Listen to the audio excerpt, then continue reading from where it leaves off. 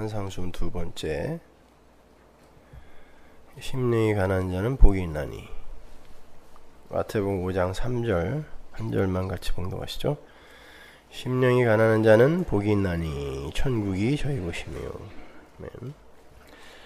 제가 좋아하는 친구가 오랜만에 TV에 출연한다는 소식을 듣고 그 친구가 출연한다고 하는 나는 가수다 라는 프로그램을 일부러 찾아서 봤습니다. 오랜만에 보는 그런 친구의 얼굴은 아주 세월의 흔적을 고스란히 담고 있더구만요. 그리고 그 옛날의 치기와 당당함도 많이 사라져 보였습니다.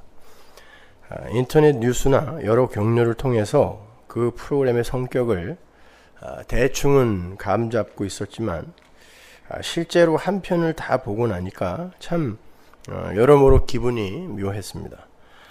그 프로그램은 나는 가수다 라는 제목에 걸맞게 나는 가수다 라고 자부할 수 있는 라이브 가수 7명을 뽑아서 순위를 매기고는 맨 마지막 순위에 걸린 사람을 탈락시켜가는 그런 프로그램이었어요. 젊지 않은 나이에 그런 프로에 나가서 어린 후배들과 경쟁을 해야 하는 그 친구의 모습이 안쓰럽기도 했지만 그 프로그램 안에서 인간 역사의 실체와 성도의 신앙 여정이 읽혀지는 듯해서 나름 재밌게 봤습니다. 세상에는 많은 가수들이 있어요. 그들은 저마다 나는 가수다 라고 자신의 정체성을 스스로 챙겨갔죠. 근데 어떤 사람이 나는 가수다 라는 울타리를 하나 만들고는 7명을 택해서 그 울타리 속으로 끌어당깁니다. 그리고는 그 울타리 밖에 수많은 자칭 가수들을 가수 아님으로 규정해버리죠. 나는 가수다 라는 울타리가 정해지므로 그 울타리 밖은 가수라고 우기기는 하지만 립싱크나 하면서 가수 흉내나 내고 있는 사이비들의 장이 돼버리는 거예요. 당연히 그 울타리 속 가수들은 기고만장하게 되죠. 마치 자기들 안에 가수라는 능력이 사유화되어서 자신들이 가수로 인정이 되는 것처럼 자기가 자랑스러울 겁니다. 그래서 그 자기 자랑의 장에서는 저마다 품고 있던 전가의 보도를 필살기로 꺼내들죠. 그리고는 그것을 휘둘러서 나머지 상대들을 전부 다 기함시켜버릴 기세로 결연한 투지를 불사릅니다. 그런데 문제가 발생해요. 나는 그렇게 자신의 가수됨에 대해서 스스로 자부심을 갖고 있는데 외부의 평가단이 자신의 가수됨의 여부를 결정짓는 자존심 상하는 경험을 하게 되는 거예요. 나는 내가 가진 것이 단연 최고라고 생각하고 있는데 내 외부의 평가단이 나와는 다른 평가 기준을 가지고 나의 가수됨을 결정짓더라는 것입니다. 나는 분명 가수인데 외부의 평가단이 너 탈락하면 그 사람은 그 울타리 밖으로 나가야 되는 거예요. 그러면 졸지에 나는 가수다에서 나는 가수 아니다의 자리로 위치 이동을 하게 되는 것입니다. 거기에 나온 가수들의 인터뷰를 다 들어봤는데 여출일구로 나는 그동안 내가 최고인 줄 알았는데 절대 나는 최고의 자리에 있는 사람이 아니라는 것을 이제 깨달았다라고 이야기를 했어요. 그들은 그러한 경험을 통해서 비로소 나의 가수됨은 나를 가수로 인정해주는 어떤 타자의 뜻에 의해 결정이 되는 것이구나를 배우게 되는 것입니다.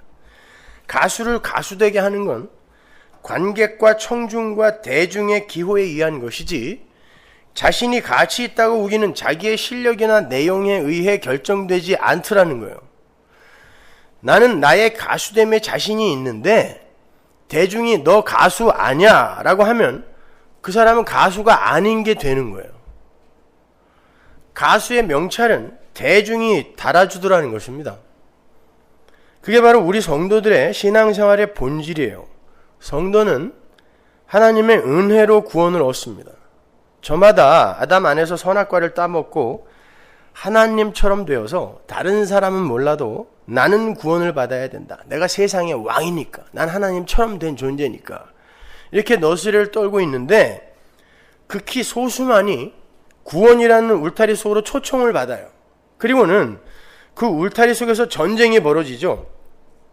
나라는 존재의 가치와 영광을 더욱 높이고 드러내기 위한 나 예수 믿었어의 전쟁이에요. 나 믿었어, 나 자격 있어의 전쟁이 울타리 안 교회에서 일어나기 시작한다니까요.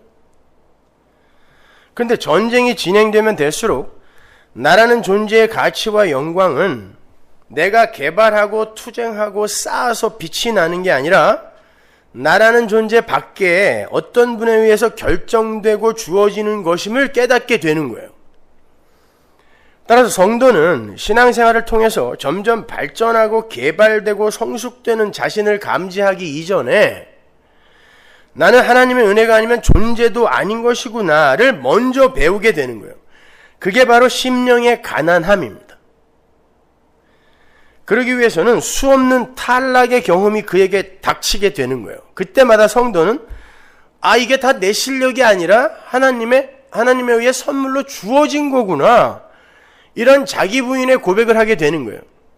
전부 기고만장하여 내가 가수야, 내가 1등이야 하고 왔던 그들이 대중에 의해, 타자에 의해 너 탈락 그러면 나 가수 아닌 거야 그럼? 이걸 경험하면서 그 기고만장의 자리에서 내려오는 그 탈락의 경험을 교회 안에서 나 예수 믿었어의 전쟁, 그 전쟁을 치르면서 우리 각자가 다 경험해야 되는 거라니까요. 그래서 나 아니구나. 그 믿음이라는 것, 나의 신앙인됨, 성도됨은 나에게 사유되어 있는 것이 아니라 하나님께서 나에게 부어주시는 거구나. 믿음이라는 것, 신앙이라는 건 내가 이렇게 품어서 저수지처럼 내가 사유하는 게 아니라, 그래서 언제든지 꺼내서 쓸 수 있는 게 아니라 수돗물처럼 하늘에서 쏟아 부어지는 거예요. 그래서 그게 끊기면 끝나는 거지, 여러분은 저수지처럼 여러분의 믿음을 담고 있다고 생각하시면 안 돼요. 그래서 여러분이 믿음을 사유하여 나는 성도 될 자격이 있다라고 이야기할 수 있는 그런 분들이 아니란 말입니다. 우리는 언제든지 하나님의 은혜가 끊어지면 거기서 쓰레기 되는 거예요. 설교자 마찬가지예요. 성도들 다 마찬가지인 것입니다. 근데 자꾸 우리는 사람에게서 자격을 찾으려고 그래요. 저 사람 목사 자격 있나? 저 사람 장로 자격 있나? 저 사람 성도 자격 있나? 이런 자격을 찾아내려고 한다니까요. 그래서 자기가 설정해 놓은 그 기준에 못 미치면 저 사람 아니야 라고 자기가 판단을 해버려요. 그거는 크게 잘못하고 있는 것입니다. 그렇게 성경이 말하는 심령의 가난함은 나의 영적 가난함을 감지하고 인정하고 수긍하는 것을 이야기해요. 내 안에서는 죄밖에 나올 것이 없다는 걸 인정하는 거예요. 그걸 심령의 가난함, 마음의 가난함이라고 그래요. 그래서 하나님의 도우심이 없이는 절대로 하나님 나라에 들어갈 수 없는 존재임을 확실하게 자각하는 거예요. 주님께서 팔복을 말씀하시면서 가장 먼저 복 있는 자여, 복 있는 자여 그대는 심령이 가난하게 될 것이다 라고 하셨다는 건 우리 성도의 신앙생활의 본질과 핵심이 무엇인지를 분명하게 보여주는 거란 말입니다. 그래서 가장 먼저 나오는 거예요. 복받은 성도가 신앙생활을 통하여 밀려가게 되는 목적지가 바로 심령의 가난이라는 목적지라는 거예요. 그건 육적인 인간의 죽음이라는 목적지인 것입니다. 그럼에도 많은 분들이 심령의 가난을 겸양의 미덕 정도로 생각하는 것 같아요. 어떤 분들은 욕심을 버린 겸손한 마음, 이 정도로 이해를 해요. 그런 것들은 사람이 가르침을 받고 훈련하여서 익히면 얼마든지 잘할 수 있는 거예요. 그리고 그런 것들은 다른 종교에서도 열심히 추구하고 수련하는 것입니다. 그리고 실제로 그걸 수련을 통하여 성취해내기도 한다니까요. 불교의 공사상 같은 게 바로 그런 거예요. 세상의 모든 게 다 공허한 것이므로 물의 세계에 대한 집착을 버리고 이웃을 선대하며 욕심을 다스려 해탈에 이르자는 게 불교의 공사상이에요. 심령의 가난이 그런 것일까요? 그러한 공사상류의 겸양과 심령의 가난의 가장 큰 차이점은 이러합니다. 세상의 겸양은 그것을 행하는 자가 칭찬을 받아요. 그리고 그러한 행위를 인간의 행위의 표준으로 삼으면서 다른 사람을 비판할 수 있어요.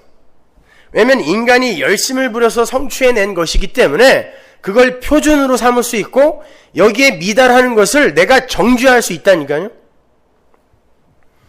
그래서 그러한 것을 열매로 맺지 못한 사람들의 게으름을 함부로 나무라죠. 하지만 심령의 가난은 자신이 자신의 무기력함을 한탄하는 것이고 외부의 도움을 구하는 것이기 때문에 다른 사람과 비교하여 비교 우위의 우월감을 챙겨 가질 수도 없고 더욱이 그러한 것을 인간 삶의 표준으로 제시하거나 심지어 생각할 수조차 없는 거예요. 심령의 가난은 심령을 가난하게 해야지 하고 결단을 해서 할 수 있는 게 아니에요. 심령의 가난은 자기 존재 자체에 대한 새로운 발견과 깨달음을 이야기하는 거예요. 나는 이런 존재인 줄 알았는데 아니었구나라는 이 자각, 이게 심령의 가난이란 말입니다. 하나님 없는 존재들의 그 제한성과 한계와 불가능함을 직시하는 거예요. 그래서 심령의 가난은 곧 하나님 도와주세요 라는 부르짖음으로 연결이 되는 거예요.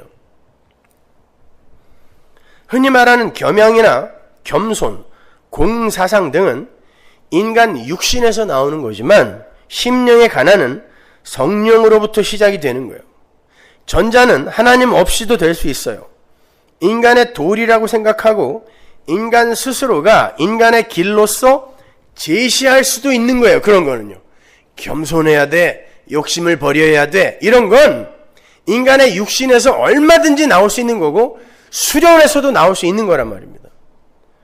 그러나 심령의 가난은 오히려 그러한 인간의 선한 행위와 노력까지도 하나님 앞에서는 아무런 가치로 카운트될 수 없다라는 걸 아는 거예요.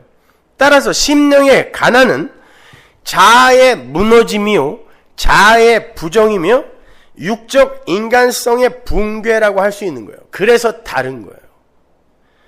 그러한 자아의 무너짐과 부정 없이 그냥 나는 죄인 중에 괴수입니다. 이건 연극입니다.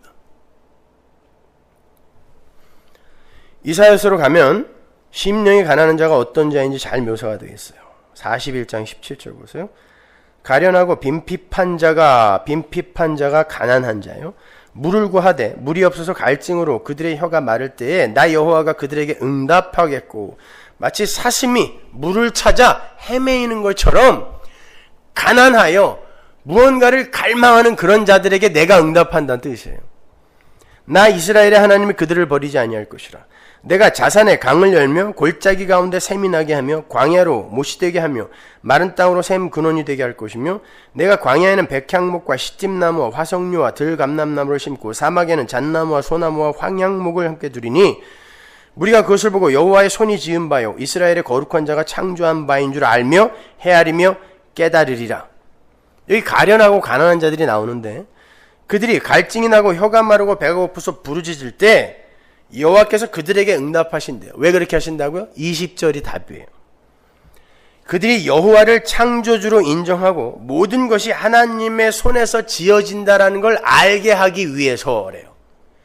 모든 게 하나님의 손에서 시작되어 거기서 완료된다라는 걸 알게 하기 위해서 그들을 가난하게 한다라는 거예요.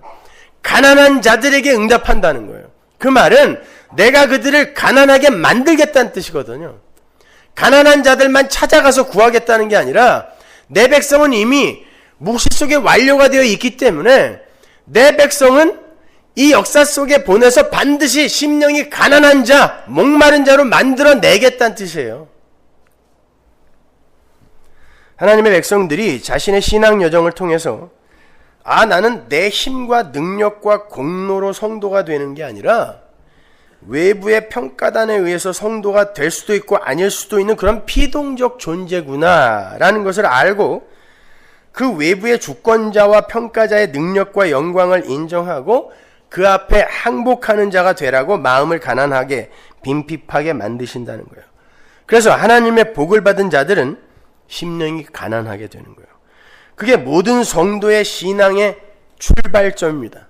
나는 내 의로 사는 자가 아니라 하나님이 준비하시고 선물해 주신 의로 사는 자라는 것을 인정하게 하시기 위해서 그들의 심령을 가난하게 밀고 내려가는 거예요. 하나님의 의가 내 안에 가득 차야 된다는 건 내 안에는 아무것도 없네요라는 고백이잖아요. 내 안에는 아무것도 없네요. 그게 가난이란 말입니다. 심령의 가난. 이사야서 61장 1절 보세요. 주 여호와의 신이 내게 임하셨으니 이는 여호와께서 내게 기름을 부으사 가난한 자에게 아름다운 소식을 전하게 하려 하심이라.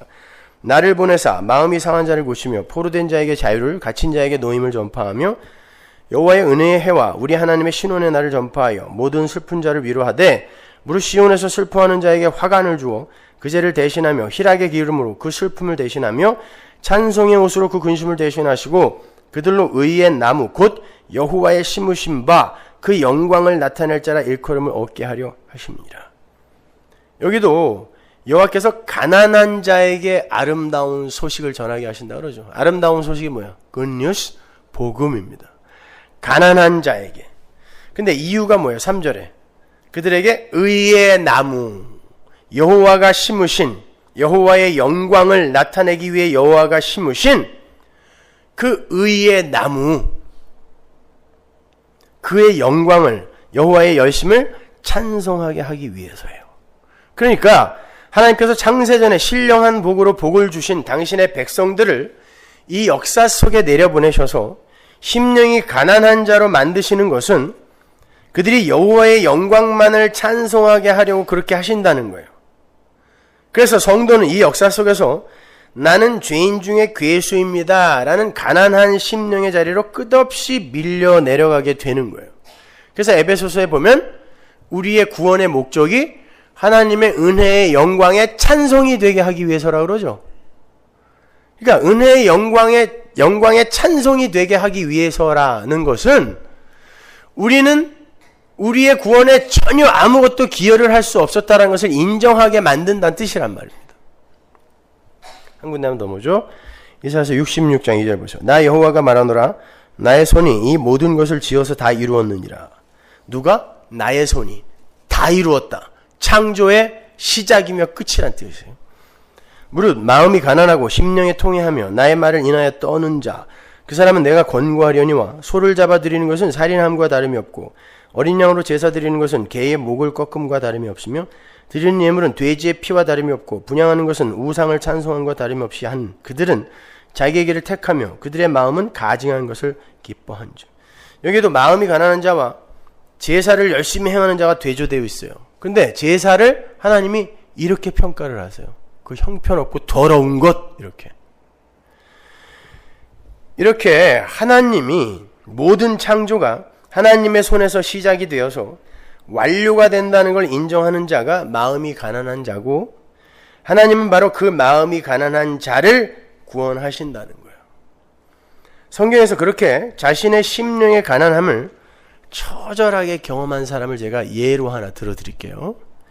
시편 40편 17절 보세요. 나는 가난하고 궁핍하오나 주께서는 나를 생각하시오니 주는 나의 도움이시요 건지시는 자시라. 나의 하나님이여 지체하지 마소서. 이 누구의 시편 같으세요? 다윗의 시편입니다. 다윗은 이스라엘의 왕이에요. 이 시편을 썼을 때도 이스라엘의 왕입니다.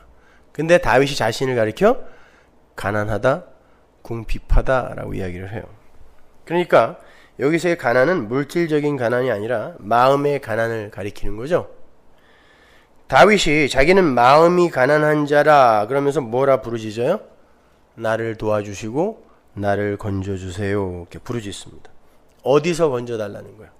죄에서 건져달라는 거예요. 그게 심령이 가난한 자의 부르짖음입니다. 다윗이 왜 이런 부르짖음을 토해내게 됐습니까?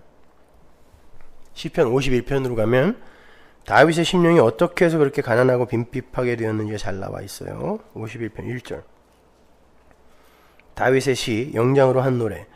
다윗이 밧세바와 동침한 후 선지자 나단이 저에게 온 때에 하나님이여 주의 인자를 쫓아 나를 긍휼히 여기시며 주의 많은 자비를 쫓아 내 죄과를 도말하소서. 나의 죄악을 말갛게 씻기시며 나의 죄를 깨끗이 제하소서. 그래서 나는 내 죄과를 아오니 내 죄가 항상 내 앞에 있나이다. 죄 계속 죄가 나오죠. 여러분이 너무나 잘 아는 다윗의 시편인데, 다윗이 우리아의 아내인 밧세바를 보면서 아이를 낳은 후에 아무런 죄책감 없이 살고 있었는데 나단 선지자가 와서 그의 죄를 낱낱이 드러내버렸습니다.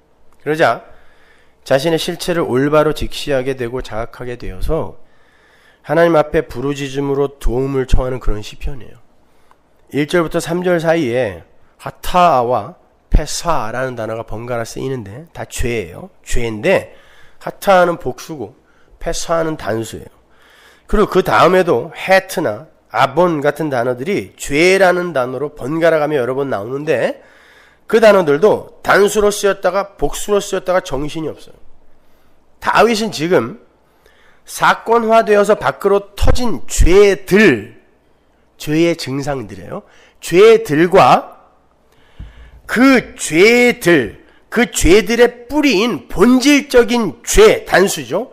그 죄를 따로 구별하여 이야기를 하고 있는 거예요. 다윗은 밧세바를 범하고 충신 우리아를 죽인 죄들, 그 죄들에 대해서도 슬퍼하고 가슴 아파하고 있지만 자신의 본질과 속성을 채우고 있는 근본적인 그 죄를 직시하고 무서워하고 있는 거예요. 두려워하고 있는 거예요. 내가 이 죄의 생산 공장이었구나를 알게 됐어요. 자기가 지은 죄들로 말미암아. 2절을 보시면 다윗이 나의 죄악을 말갛게 씻기시고 나의 죄를 깨끗하게 해달라고 읍소를 하는데 거기에서 쓰인 죄란 단어들이 전부 단수예요. 그리고 3절의 죄과는 복수고 내가 항상 죄 앞에 있습니다 해서 죄는 또 단수예요. 그러니까 이런 거죠. 지금 다윗은 자기의 삶 속에서 사건화되어 터진 죄들을 통해서 그건 우리가 죄라고 합의해 놓고 정의해 놓은 그런 것들을 이야기하는 거예요. 그런 죄들을 통해서 자신의 근본적이며 속성적인 그 죄, 즉 죄인으로서의 자신의 그 본질을 직시하게 되었고 그 근본적인 죄의 문제를 하나님께 해결해 달라고 부르짖는 거예요. 그게 바로 심령의 가난함이란 말입니다. 거기에 다윗의 범죄가 도구로 쓰인단 말이에요. 4절을 보시면 내가 주께만 범죄했다라는 내용이 나오는데 거기에서 쓰인 단어도 단수예요. 그건 이런 의미예요. 우리에게서 사건화되어서 밖으로 나오는 그런 죄의 증상들은 사람과 사람 사이에서 발생이 되는 거죠. 우리가 죄 그러면 전부 사람과 사람 사이에서 발생되는 것들을 죄라고 하잖아요. 그런 것이기 때문에 핑계를 대거나 사과를 하거나 반성을 함으로 해서 해결 방법 모색이 가능해요. 그건요. 그 죄들은 실제로 다윗이 우리아를 살해한 것이 아니라 암몬 자손의 칼이 우리아를 죽인 거잖아요. 그러니까 내가 언제 죽였어 하면 끝나는 거예요. 사람과 사람 사이의 죄는요. 밧세바의 목욕 사건도 얼마든지 밧세바의 실수로 몰아붙일 수 있는 거예요. 야, 왜 나 건장한 남자 앞에서 뻘거벗고 목욕을 하고 그래? 그러면 밧세바가 다 뒤집어 쓰는 거예요.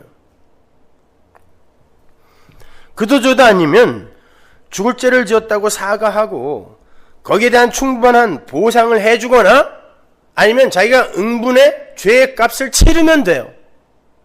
그러면 사람과 사람 사이에서의 죄는 해결이 돼요. 불가능할 거 없어요. 그게 죄들이죠. 그러나 하나님 앞에서의 본질적 죄라는 게 있어요. 그 죄는 하나님의 영광을 위하여 살아야 하는 피조물이 자기 자신의 영광을 위하여 사는 모든 생각과 행동을 다 죄라 그래요. 그 죄, 그 뿌리 같은 그 죄에서 죄들이 나오는 거잖아요. 하나님은 당신의 백성들에게 그들에게서 나오는 죄들을 직시하게 하셔서 그 죄의 본질을 보게 하시는 거예요. 보게 하시는 거예요. 그래서 죄의 본질이 무엇인지를 알게 된 하나님의 백성들은 죄들, 즉 그 죄의 증상들, 죄의 세목들을 직시하면서 근본적인 죄의 실체를 알게 되는 거고, 바로 그 죄를 하나님 앞에 내어놓으면서 하나님 살려주세요. 이 죄들은 제가 어떻게 해결을 해보겠는데, 이 죄들이 나오게 된 근본적인 그 죄는 제가 어떻게 해결할 수 있는 방법이 없는 거네요. 그러니까 하나님 도와주세요. 이게 심령의 가난이에요. 죄들을 회개하고 반성하는 게 아니라 근본적인 이 죄, 이 앞에서의 인간의 불가능함을 완전히 인정하고 항복하는 걸 심령의 가난이라고 한단 말입니다. 겸손이나 겸양 정도가 아니란 말입니다. 그건 타종교인들도 다 할 수 있는 거예요. 그렇다고 다윗이 밧세바와 우리아에게는 아무런 죄책감을 갖지 않고 있다는 그런 말이 아니에요. 그건 기본이에요. 다윗은 그러한 죄들보다 더 무서운 죄가 무엇인지를 보았고, 자신이 그 죄의 생산 공장이요, 죄의 자판기요, 죄라는 원소로 지어진 추악한 존재요, 자신의 재질 자체가 죄라는 걸 고백하면서 그러한 죄라는 대상 앞에서의 자신의 무력함을 인정하고 있는 거예요. 그래서 내가 모태에서부터 죄인입니다 라고 이야기하는 거예요. 하나님 앞에서. 내가 이 밧세바와의 이 죄가 아니었으면, 이 죄들, 이것이 아니었으면 나 굉장히 괜찮은 사람인 줄 알고 살 뻔했네요, 하나님. 그런데 이 죄들을 통하여 하나님이 나에게 교훈하신 것을 보니 내가 모태부터 죄인이었네요. 나는 그냥 죄 덩어리며 죄의 나무네요. 이게 심령의 가난이라고 하는 거예요. 하나님은 그를 구원하세요. 다른 말로 하나님은 당신의 백성을 그 자리로 밀어내세요. 반드시. 시편 51편 6절 보세요. 다윗이 뜬금없이 주께서 원하시는 게 진실이다 라고 이야기를 해요. 중심에 진실함을 주께서 원하시오니 내 속의 지혜를 알게 하시리다. 여기서 진실함이라고 번역된 히브리어의 메트가 truth, faith라는 뜻이. 그러니까 하나님께서 범죄한 다윗에게 요구하는 게 저는 죄인입니다 라는 진실 어린 고백과 그 고백에 근거한 믿음이라는 거예요. 다윗에게 그 범죄의 해결책을 요구하는 게 아니라 네가 저질렀으니까 네가 해결해. 이게 아니에요. 너 100대만 맞아. 이게 아니라니까요. 판 한 장 내놔. 이게 아니라 자신의 죄를 인정하고 그 죄를 해결할 수 있는 유일하신 하나님을 믿으라는 거예요. 그게 성도에게 요구하시는 겁니다. 그래서 바로 밑에 6월절 어린 양이 등장하는 거예요. 51편 7절 보세요. 우술초로 나를 정결케 하소서 내가 정하리이다. 나를 씻기소서 내가 눈보다 회리이다. 나로 즐겁고 기쁜 소리를 듣게 하사 주께서 꺾으신 뼈로 즐거워하게 하소서. 자신의 죄를 정하게 할 수 있는 것은 우술초밖에 없대요. 근데 그 우술초가 어디에 쓰이던 거죠? 어디서 처음 나왔어요? 출애굽 6월절에 나왔잖아요. 출애굽기 12장 22절. 너희는 우술초 묶음을 취하여 그릇에 담은 피에 적시어서 그 피를 문 임방과 좌우 설주에 뿌리고 아침까지 한 사람도 자기 집 문 밖에 나가지 말라. 여호와께서 애굽 사람을 치러 두루 다니실 때 문 임방과 좌우 설주의 피를 보시면 그 문을 넘으시고 멸하는 자로 너희 집에 들어가서 너희를 치지 못하게 하실 것입니다. 우술초는 어린 양의 피를 바르는 물건이에요. 그러니까 우술초로 나를 정결케 해달라는 말은 예수님의 피로 나를 정결케 해달라는 말과 같은 말이에요. 우술초는 출애굽 이후에도 부정한 것을 정결케 하는 데 사용되던 소울 같은 거였어요. 다윗은 바로 그 우술초를 이야기하는 거고, 성경의 독자인 우리는 그 우술초를 어린 양 예수까지 연결시킬 수 있어야 되는 거예요. 그리고는 주께서 꺾으신 뼈로 자기를 즐겁게 해달라고 그러죠. 거기서 꺾으신 뼈는 우리 대신 꺾인 예수 그리스도를 상징하는 것이기도 하지만, 물론 예수님의 뼈가 꺾이지 않았어요. 그러나 예수님은 우리가 꺾여야 할 자리에서 죽으심으로 그걸 꺾였다고 하는 거고, 성경의 예언을 응하게 하기 위해 다리뼈가 안 꺾인 거예요. 그렇게 예수 그리스도를 상징하는 것이기도 하지만 자신의 죄들을 직시하게 되어서 처절한 죄책감과 자괴감에 부르짖는 성도의 꺾인 모습이기도 한 거예요. 다윗처럼 야, 어떻게 내가 이런 죄인이었지? 근데 그걸 어떻게 표현하냐면 하나님이 꺾으신 뼈 그런다니까요. 하나님이 여러분을 넘겨줬다 그러잖아요. 로마서에서. 그 말인 거예요. 하나님이 꺾어버리는 거예요. 죄로 밀어 넣어버리는 거죠. 뭐 알으라고? 죄 알으라고. 네 죄들을 통하여 죄가 뭔지 알으라고. 그리고 내 앞으로 돌아와 항복하라고. 심령이 가난해지라고. 그래야 거기다 불 거 아니에요. 그러한 통한의 자백이 오히려 성도를 즐겁게 만드는, 그러니까 구원의 결과를 가져온다라는 그런 것을 암시하는 거죠. 구원의 길에 반드시 성도의 육적 자아의 꺾임이 수반된다는 거예요. 마치 하나님께서 다윗의 범죄와 그 범죄의 폭로, 그리고 그로 인한 다윗의 고통과 자괴, 그 모든 것들을 다윗의 구원에 사용하고 계시는 것처럼 보이지 않으세요? 맞습니다. 여러분이 분명하게 알아두셔야 할 것이 있어요. 이 역사는 종말을 품고 창조가 되었다는 사실이에요. 게알더스 보스가 한 말이 아니에요. 게알더스 보스가 에스카톨로지 프로시스 소테리올로지 그랬죠. 종말이 구원을 앞선다. 그건 게알더스 보스가 한 이야기가 아니라 성경에 나오는 이야기예요. 이사야서로 가보세요. 46장 10절. 내가 종말을 처음부터 구하며, 처음부터가 레시트가 뭐죠? 태초에 하나님이 천지를 창조하셨다 해서 태초에 레시트. 그러니까 레시트가 종말, end를 품고 나오는 거예요. 그러니까 종말 마지막에 이미 완료된 묵시가 있어요. 그런데 그래서 태초에 하나님이 천지, 하늘들과 땅을 창조했다는 거거든요. 그런데 2절부터 보면 하늘이 어디로 숨어버리고 땅의 일만 나오죠. 그건 하늘은 이미 묵시에서 완성이 되어 있고 그것이 이 땅에 지금 그림으로 이제 펼쳐진다는 이야기란 말입니다.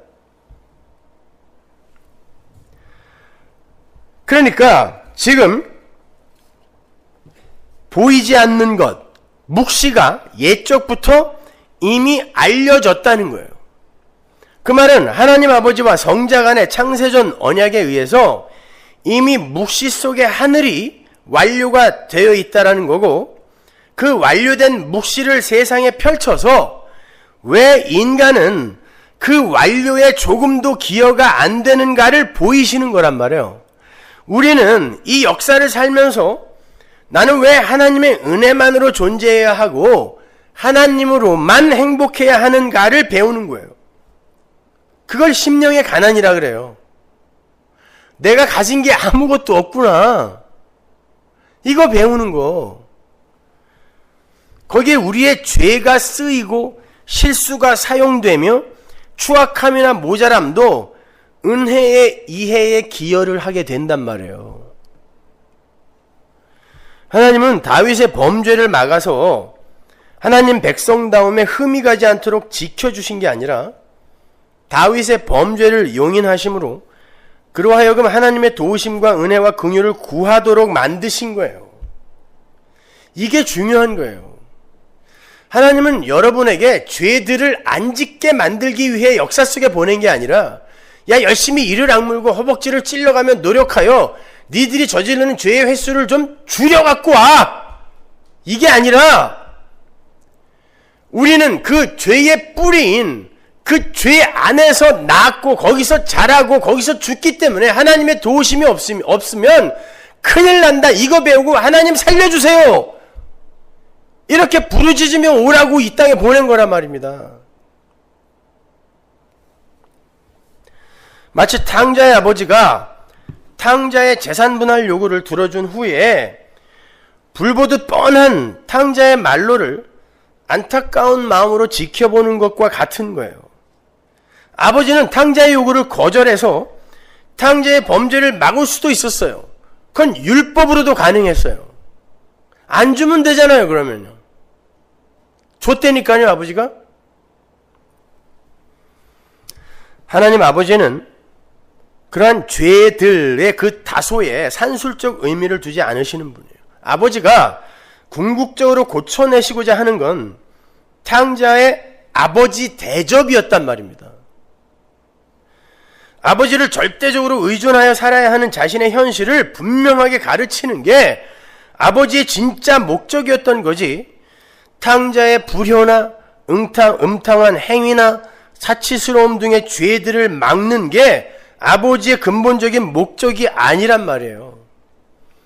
혹자들이 기독교 신앙을 통전적 신앙이라 해서 마치 기독교의 핵심이 성도의 성화인 것처럼 주장을 하는데, 만일 기독교의 성화가 기독교의 핵심이라면 탕자의 아버지는 직무유기를 한 게 되는 거예요.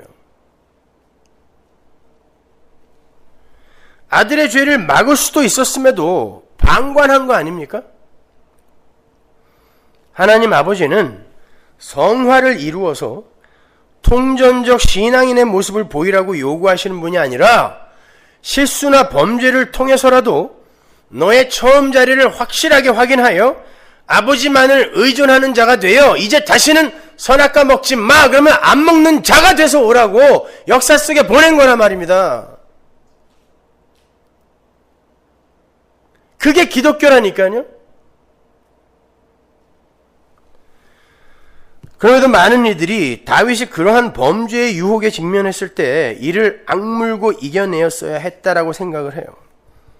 그래야 하나님의 백성다움이 지켜지는 거 아니냐라는 거죠. 다윗이 자기가 아니라 그래요. 시편 51편 16절 보세요. 주는 제사를 즐겨 아니하시나니 그렇지 않으면 내가 드렸을 것이라. 주는 번제를 기뻐 아니하시나이다. 하나님의 구하시는 제사는 상한 심령이라.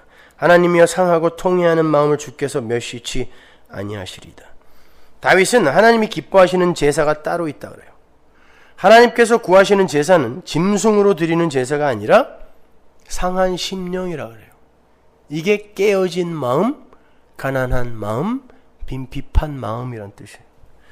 여기서 상하고 통회한다라는 어구로 번역이 된 히브리어 사바르타카가 파열되고 부수어져 비어진 상태를 이야기하는 거예요. 그리고 심령이라고 번역이 된 레브라는 단어도 의지, 지성, 정서를 모두 포함한 총체적 자아를 가리키는 거예요. 그러니까 상하고 통회하는 심령은 자아가 깨지고 부수어져서 생성된 빈핍하고 가난한 심령을 말하는 거예요. 따라서 가난한 심령은 인간들이 만들어내는 게 아니라 하나님께서 의도하시고 하나님께서 만들어내시는 심령을 말하는 거예요. 여러분, 제사가 뭡니까? 인간이 하나님을 만나기 위해서는 죽음을 전제로 만나야 한다는 것을 상징적으로 보여주는 게 제사예요. 부정한 인간이 거룩한 하나님을 뵙게 되면 반드시 죽게 되는데, 그러한 인간의 죽음 대신에 점없고 흠없는 재물이 죽고 부정한 자가 하나님을 아련하는 것, 이게 제사가 담고 있는 의미잖아요. 그러니까 엄밀히 말해 제사란 하나님 앞에서의 그 나라는 존재의 죽은 자임을 인정하고 긍휼을 구하는 마음으로 드려야 하는 게 제사예요. 그러니까 제사를 올바로 드리는 자는 이 제사라는 행위 자체에서도 떨어져 있어야 돼요. 내가 하는 것이지만 그것도 내가 하는 게 아니어야 되는 거죠. 그게 제사를 올바로 드리는 거예요. 쉽게 말해서 자기 존재의 무력함을 시인하며 자기 존재 부인의 당위성 고백이 제사의 참 의미를 아는 자의 자세인 거예요. 자신의 죽음을 들고 하나님 앞으로 나아가는 게 제사의 진이란 말입니다. 하나님, 난 죽었습니다. 하나님 앞에서 난 죽은 흙이 맞습니다. 이거 들고 나가는 걸 제사라 그래요. 그렇게 제사의 전제는 나는 죽어 마땅한 자라는 자신의 처음 자리 고백이어야 하는 거예요. 그런데 이스라엘은 그 제사라는 행위가 자신들의 죄를 없애준다고 믿었단 말이에요. 그래서 죄를 없애기 위해 기특한 노력들, 제사들, 행위들을 열심히 한 거예요. 반성도 하고 노력도 하고 허벅지도 가르고 자해를 하며 내가 이런 자니 나를 용서해달라고. 그런데 그것조차도 그들의 행위였다니까요. 이스라엘에게 있어서의 제사란 자신의 죄를 없애기 위한 인간 측에서의 기특한 행위였던 거예요. 그러한 제사라는 행위 안에는 도덕과 윤리와 율법을 지켜서 자신의 자존심을 챙기고 자신의 더러움을 상쇄해 보려 하는 인간들의 거룩한 노력도 포함이 되는 거예요. 그것도 제사예요. 또 하나 알려드릴까요? 뭐가 또 행위인지, 제사인지? 그러면 아무것도 안 해도 되겠네. 요거 행위예요. 여전히 자기의 행위에 가치를 두는 거거든요. 내가 하고 내가 안 할 수 있다라는 요 사고 자체가 행위, 제사라고 하는 거예요. 그러니까 뭣도 모르는 시로도들이 서문화 교회 설교를 듣고 그럼 우리는 아무것도 하지 말란 말이야? 걔네들은 행위가 뭔지도 모르는 애들이에요. 그거 자체가 행위라니까요. 아무것도 안 해도 되겠네가 행위예요. 제사. 하나님은 그러한 제사를 원치 않으신다는 거예요. 그러한 노력이 필요 없다는 말이 아니에요. 성령은 우리 안에 소원을 두고 행하게 하시기 때문에 우리 안에 그러한 노력이 없는 게 이상한 거예요. 그러나 은혜의 이해에 앞선 인간 측에서의 행위는 반드시 자신을 향한 칭찬으로 끝이 나기 때문에 먼저 알아야 할 게 있다라는 거예요. 누가복음으로 가면 이 산상수훈의 내용이 그대로 나오는데 맨 마지막 구절이 아주 인상적입니다. 한번 볼까요? 누가복음 6장 20절. 예수께서 눈을 들어 제자들을 보시고 가라사대 가난한 자는 복이 있나니 하나님의 나라가 너희 것이며 이제 줄인 자는 복이 있나니 너희가 배부름 얻을 것이요 이제 우는 자는 복이 있나니 너희가 웃을 것이며 인자를 인하여 사람들이 너희를 미워하며 멀리하고 욕하고 너희 이름을 악하다 하여 버릴 때에는 너희에게 복이 있도다. 그날에 기뻐하고 뛰놀라 하늘에서 너희 상이 큼이라. 저희 조상들이 선지자들에게 이와 같이 하였느니라. 그러나 화 있을진저 너희 부유한 자여 너희는 너희의 위로를 이미 받았도다. 화 있을진저 너희 이제 배부른 자여 너희는 줄이리로다. 화 있을진저 너희 이제 웃는 자여 너희가 애통하며 울리로다. 모든 사람이 너희를 칭찬하면 화가 있도다. 저희 조상들이 거짓 선지자들에게 이와 같이 하였느니라. 여기에 선지자와 거짓 선지자가 나오죠. 근데 선지자는 아주 우스꽝스러운 모습이에요. 맨날 울고 가난하고 미움을 받고 전혀 세상으로 하여금 칭찬을 받지 못하는 그런 모습이죠. 근데 거짓 선지자들은 배부르고 부유하고 온통 세상에 칭찬을 받아요. 그런데 주님은 화 있을진저 지옥이 너희 것이다 이야기를 해요.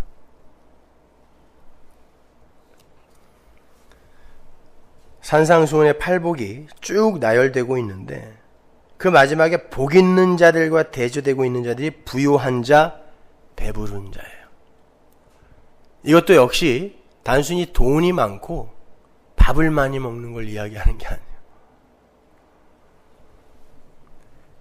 여기에서의 부유함이란 인간의 행위를 가치 있게 여기고 그들이 힘으로 삼아 살고 있는 이 세상의 힘과 가치들을 의지하는 것을 이야기를 해요.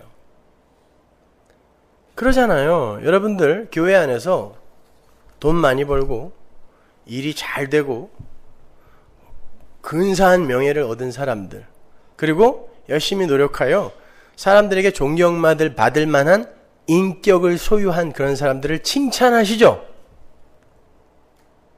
이게 힘의 원리 속에서의 인간들의 선악 구조잖아요. 판단의 근거라니까요. 안 그래요?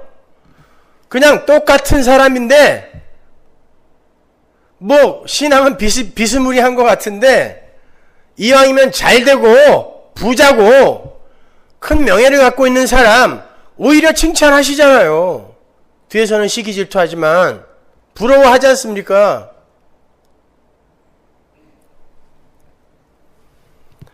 반대로 가난하고 애통한 삶을 살고 핍박을 받는 삶을 살면 사람들이 안 그런 것 같지만 멸시하고 조롱합니다.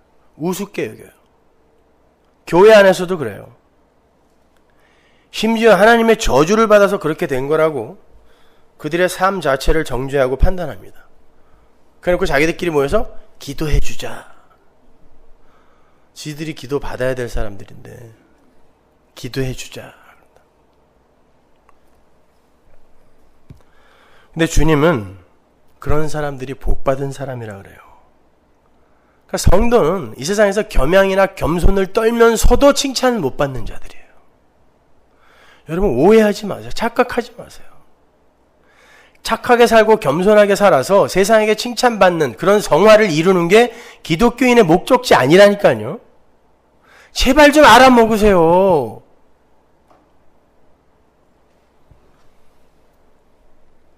여러분, 아이들이 설날 세배를 하러 갔는데 할아버지가 새해 첫날 덕담을 해주는데,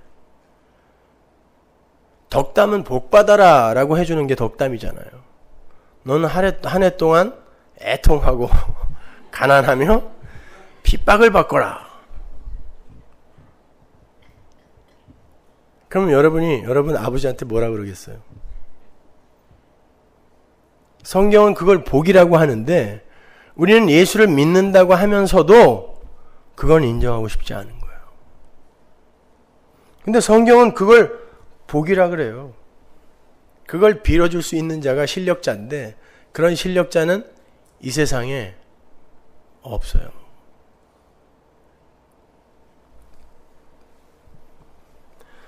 그래서 하나님께서 우리를 애통하고 핍박받고 빈핍한 그런 자리로 밀고 내려가는 거예요. 가난한 심령의 자리로 밀고 내려가시는 거예요. 그래서 여러분들이 수시로 그렇게 아휴 내가 이러고도 예수 믿는 놈 맞나 고민하는 거예요. 심령이 가난하게 되어져 가는 거예요. 그게 옛날엔 아니었잖아요. 나는 가수다 나는 성도다 였잖아요. 근데 살다 보니까 계속 탈락이야.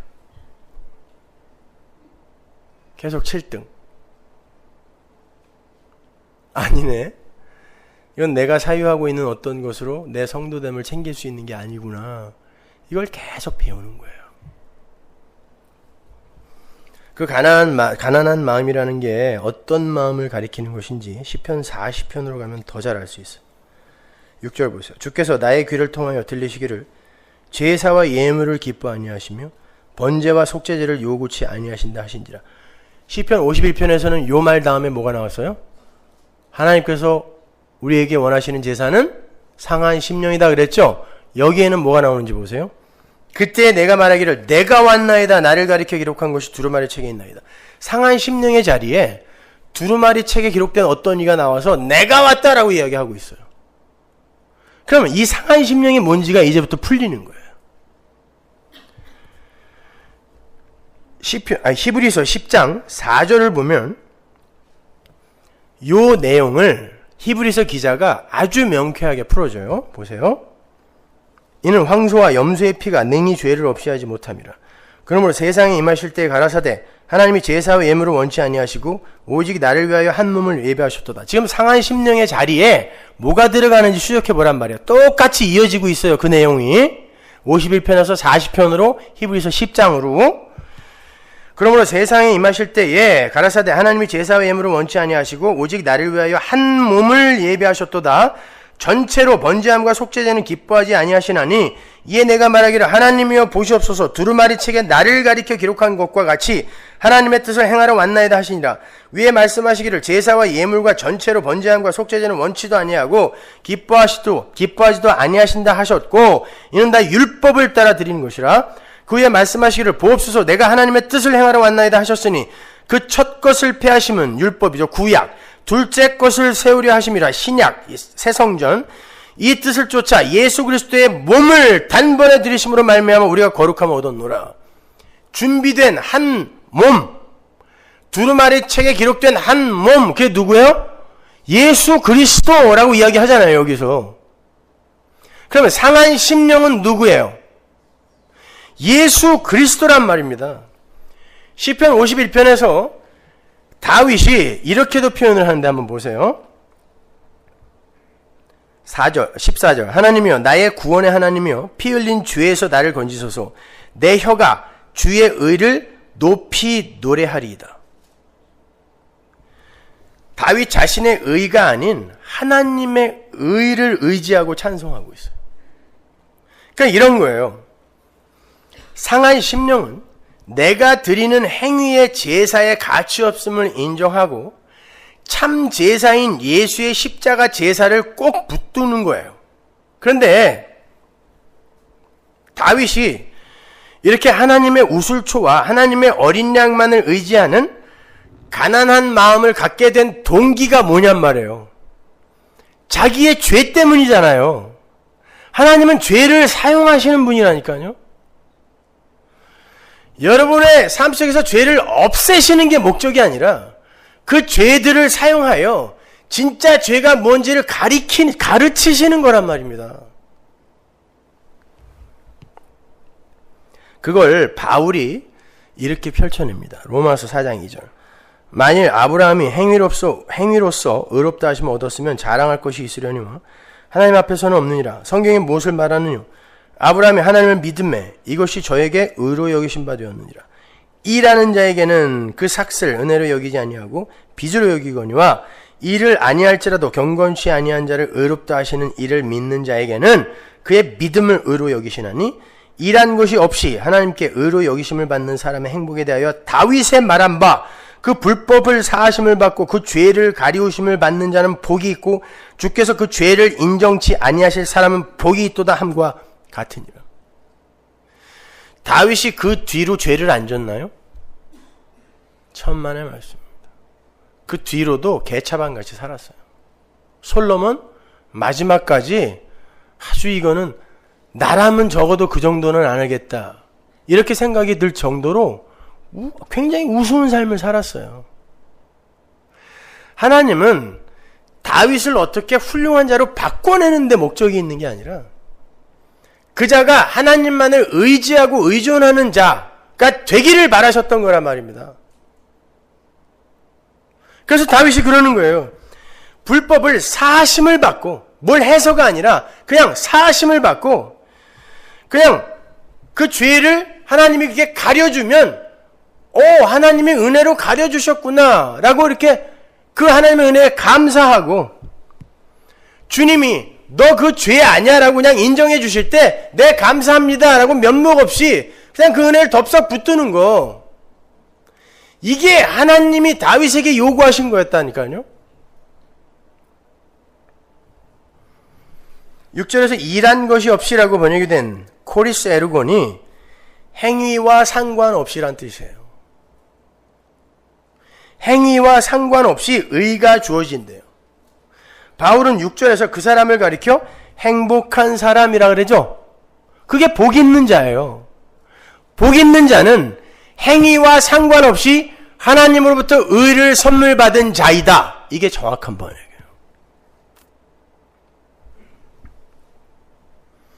그것이 바로 가난한 심령이요 상한 심령인 겁니다.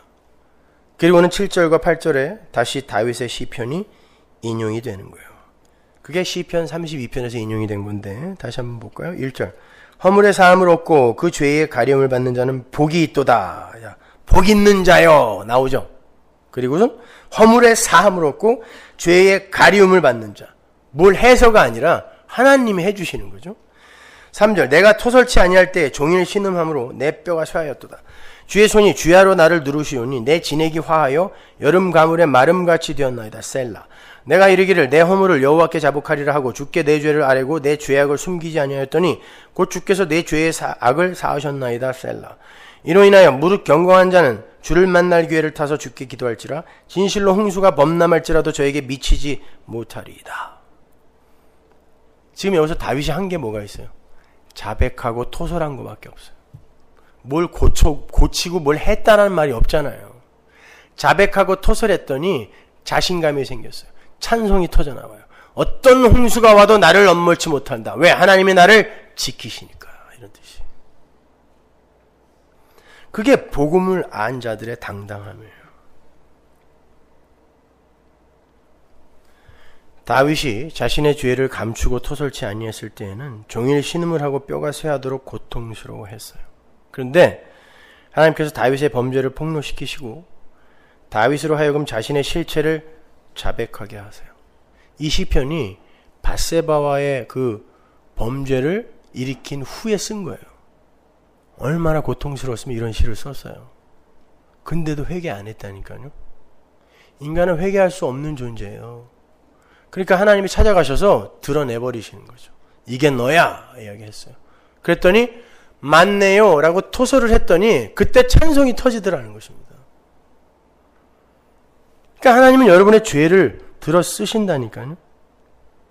다윗은요, 밧세바를 범할 때도 경수가 끝났는지 확인한 사람이에요. 그건 부정한 자, 그 부정한 상태가 아닌지를 점검했다는 뜻이에요. 율법을 지키는 거예요. 죄를 지을 때도. 나의 가치와 영광은 끝까지 챙기는 거예요. 죄를 지으면서도. 그 상황에서 금식하면서 기도도 했어요. 근데 하나님이 낱낱이 그의 실체를 확 폭로시키시자 하나님 우술초로 나를 정결해 주시는 수밖에 없습니다. 주께서 꺾으신 뼈로 나를 즐겁게 해주시는 방법밖에 없습니다. 고백하는 거죠. 하나님 살려주세요. 예요.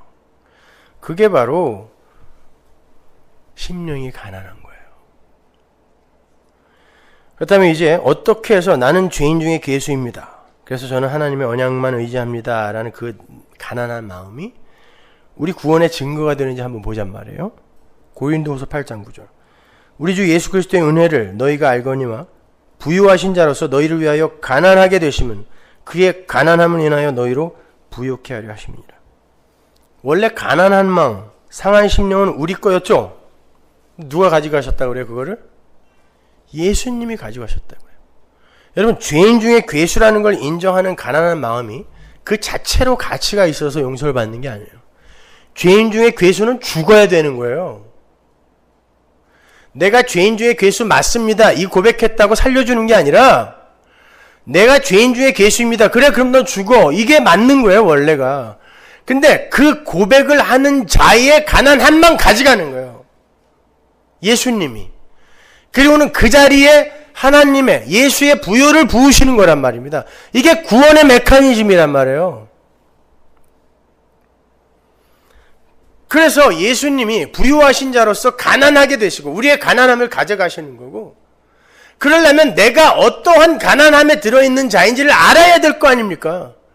그래야 그분이 주시는 부요, 그 구원을 받을 거 아니에요? 감사하게.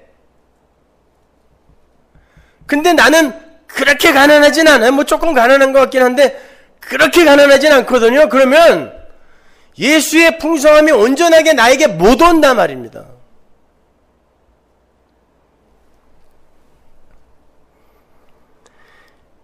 그러니까 이 세상에서 진짜로 가난한 마음, 상한 심령이 누구였다는 거죠? 예수님이에요. 잘 생각해 보세요. 여러분, 십자가 위에서 예수님이 아버지여 아버지 어찌하여 나를 버리셨나이까 그랬죠. 예수님이 그 십자가에서 내려올 능력이 없었습니까? 있었습니다. 그분은 하나님이에요. 여러분, 자꾸 인성, 신성 이런 거 물어보지 마세요. 성경에는 인성, 신성 이런 말 한마디도 안 나와요. 근데 왜 여러분이 신학에서 그걸 나누어서 자꾸 인성이 어디까지고 신성이 어디까지고 이런 걸 물어봐요? 성경 어디에 인성, 신성이란 말이 있습니까? 예수님은 사람으로 오신 하나님이에요. 끝! 인성은 뭐고 신성은 뭐예요? 하나님이, 능력이 있는 하나님이 십자가에서 왜 못 내려와요? 그런데 아버지의 뜻이 그 자리에서 죽는 거였기 때문에 나는 무력한 자가 되어서 아버지의 뜻을 행하는 거예요. 그러면서 영원 동안 한 번도 헤어져 본 적이 없는 아버지와 떨어진 거죠. 거기에서 예수의 심령이 산산이 깨져버리는 거예요. 이게 상한 심령입니다. 왜 내가 제사를 원치 않고 제사의 제물은 점도 없고 흠도 없는 예수의 모형이잖아요. 근데 내가 제사를 원치 않고 상한 심령을 원한다고 했냐면 제사의 제물로 모형되었던 예수를 원한다는 뜻이란 말입니다. 그래서 이게 두 개가 대조되는 거예요. 그 예수의 상한 심령 되심, 그렇게 예수의 심령이 깨져버리고 마음이 깨져버리고 그로 말미암아 우리가 살아났다는 것을 내가 믿고 거저 내게 주어진 하나님의 그 은혜를 찬송하는 그가 상한 심령인 거예요. 또 예수님의 온전한 자기 부인이 우리의 자기 부인을 끌어내는 형국이란 말입니다.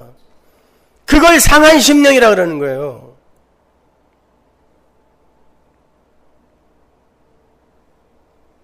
근데 마음을 가난하게 해야 된다. 욕심을 버려야 된다. 예수 안 믿고도 욕심 없이 사는 사람 많아요. 자, 지리산에 가니까 웬 거짓대들이 거기서 욕심 없이 잘 살고 있더구만요. 욕심이 없는 게 아니라 걔네들은 자포자기한 거예요. 어차피 안 될 거 아니까. 예수 안 믿고도 그렇게 살 수 있어요. 왜 나무를 하지 않아? 야, 아직 오지도 않은 겨울을 왜 가을에 걱정해? 아이고 참나. 게을러서 그런 거예요. 뭐 대단하게 뭐가 있어서 그런 게 아니라. 심령이 가난한 건 그런 종류의 가난이 아니에요, 여러분. 그러니까 다윗이 이야기한 상한 심령은 1차적으로 우리의 상한 심령이라기보다 십자가 위에서 갈갈이 찢긴 예수 그리스도의 심령을 가리키는 거예요. 그래서 제사와 상한 심령이 대조가 되어서 나오는 겁니다. 아버지는 아들의 십자가만을 진짜 제사로 받으시는 분이에요. 요한계시록에 보면 하나님께서 서머나 교회에게 이런 말씀을 하세요. 계시록 2장 9절. 내가 네 환난과 궁핍을 아노니 가난함을 아노니 실상은 네가 부요한 자니라. 자칭 유대인이라 하는 자들의 회방도 아노니 실상은 유대인이 아니요 사단의 회라. 서머나 교회에게 주님이 가난한 자라고 말씀하시는데 서머나 교회와 대조하여 책망하는 게 뭐죠? 유대인이에요. 그리고는 그걸 사단의 회라고 이야기를 하세요. 유대인을 왜 사단의 회라 그럴까요? 유대인들은 율법 열심히 지키고 제사 열심히 지내고 착하게 살아서 하나님 나라 갈 수 있다라고 생각한 사람들이죠. 요게 부요함이에요. 그걸 예수님이 사단의 회라고 한다니까요. 그들이 너희 괴롭히는 거 알아. 그래요. 여러분 초대교회 때 서머나 교회를 비롯해서 초대교회 때 가장 골치 아팠던 게 그 영지주의와 유대주의였어요.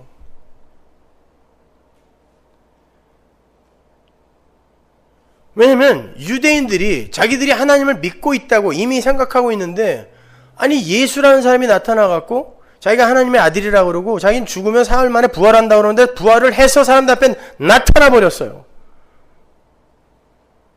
근데 아무리 핍박을 해도 이들이 수그러들잖아. 그러면 어떻게 해야 돼요? 그리로 거짓 교사, 거짓 선지자들을 파송하는 거예요. 유대교에서.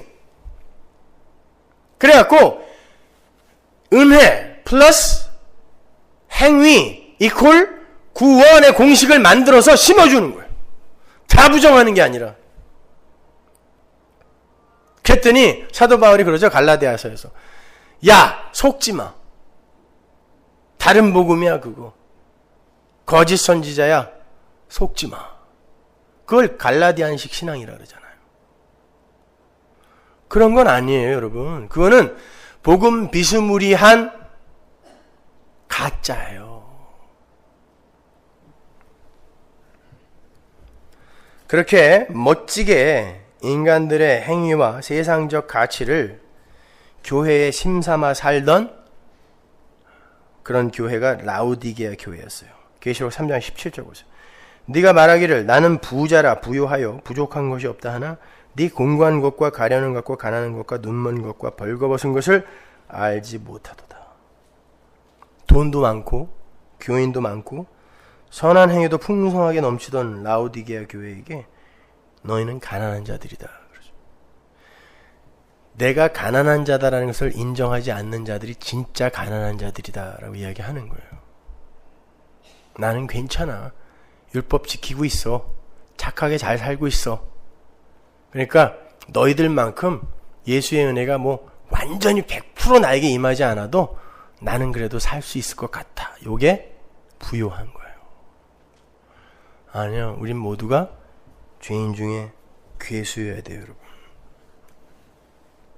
그래서 예수님께서 누가복음 14장에서 구원의 현실을, 천국의 현실을 이렇게 모형으로 한번 보여주신 거예요. 14장 한번 보세요. 12절 또 자기를 청한 자에게 이르시되 네가 점심이나 저녁이나 베풀거든 벗이나 형제나 친척이나 부한 이웃을 청하지 말라. 두렵건대 그 사람들이 너를 도로 청하여 네게 가품이 될 거라. 잔치를 배설하거든 차라리 가난한 자들과 병신들과 저는 자들과 소경들을 청하라. 그리하면 저희가 갚을 것이 없는 고로 네게 복이 되리니 이는 의인들의 부활 시에 네가 갚음을 받겠음이니라 하시더라. 상 받기 위해서 갚을 것 없는 사람들에게 억지로 주란 말 아니에요. 구원이라는 것이 아무것도 갚을 것 없는 너희들에게 임한 하나님의 선물이다. 니들이 바로 갚을 것 없는 가난한 자들이요, 병신들이요, 저는 자들이요, 소경들이다 이야기하는 거예요. 근데 내가 니들에게 부요를, 니들의 그 가난함을, 니들의 질병을 다 가지고 온 거고 내 부요를 너희들에게 쏟아 부은 거야. 그 이야기 하는 거예요.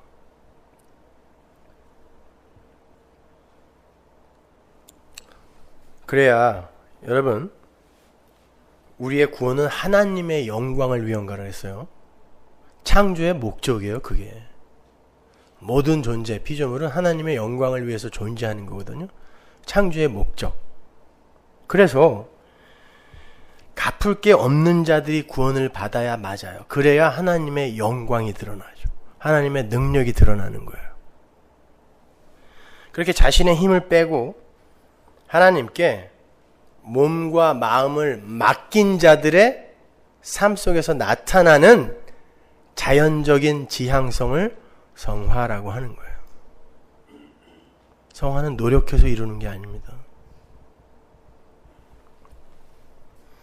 그렇지 않고 자신의 힘과 노력과 의지를 근거로 성화를 해내겠다고 하는 자들은 반드시 다른 이들을 정죄하고 판단하고 비판하게 돼 있어요. 요한서신에 그런 사람 하나 나오죠. 요한 3서 마지막으로 볼까요?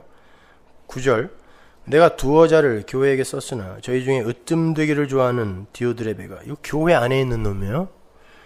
우리를 접대하지 아니하니 이러므로 내가 가면 그 행한 일을 잊지 아니하리라. 저가 악한 말로 우리를 망령되이 폄론하고도 유의 부족하여 형제들을 접대하지도 않고 접대하고자 하는 자를 금하여 교회에서 내쫓는도다.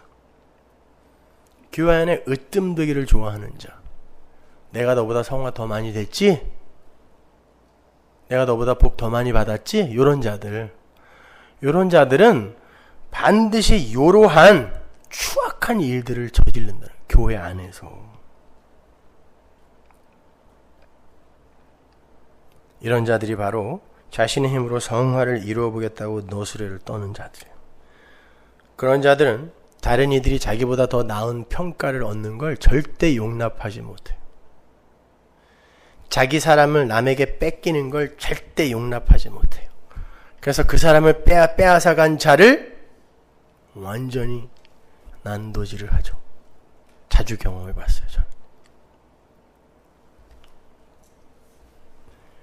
그러한 자들은 도덕적, 윤리적, 사회법적인 죄들은 남들보다 조금 덜 지을지 몰라도 하나님이 미워하시는 진짜 죄는 그 정의조차 내리지 못하고 있는 자들이 분명해요. 하나님은 죄들을 통해서 죄의 문제를 해결해 내시는 분임을 잊지 마세요. 우리가 함부로 비난하고 정죄하는 그들이 지금 하나님의 은혜 아래에서 근본적 죄의 자각의 길을 가고 있는지 아무도 모르는 거예요. 저놈은 저렇게 살다가 뒤지겠다가 아니라 다윗의 행사를 그 자리에서 우리가 옆에서 보고 있었다고 생각해 보세요.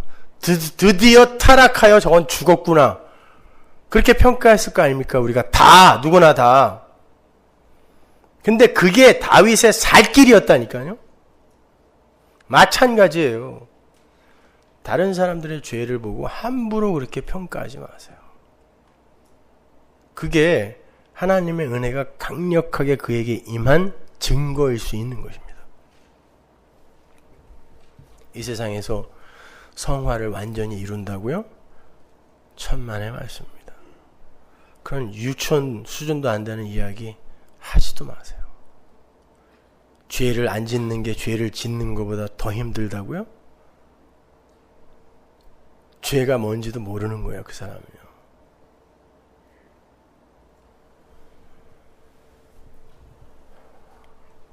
그러한 사람들의 죄를 지적하고 정죄하면서 우리는 저러지 말아야지 라고 자신들의 의지를 내세우면서 주먹을 불끈 쥐는 그런 이들이 오히려 하나님의 의를 모르는 진짜 죄인들인지 모르는 거예요. 죄들과 죄를 여러분은 반드시 구별하셔야 돼요. 자신의 힘으로 죄들을 해결하겠다고 죄 짓지 마시고 오히려 죄들을 통해 죄를 직시하고 그 죄로 인해서 하나님의 의를 붙드는 진짜 복받은 자의 삶을 잘 사시기 바랍니다. 집에 가서 다시 잘 들으세요. 죄와 죄들을 분별하여 들으세요. 기도하겠습니다. 하나님 은혜를 감사합니다. 아버지 하나님, 우리가 얼만큼 살아내야 하나님의 마음에 들겠습니까?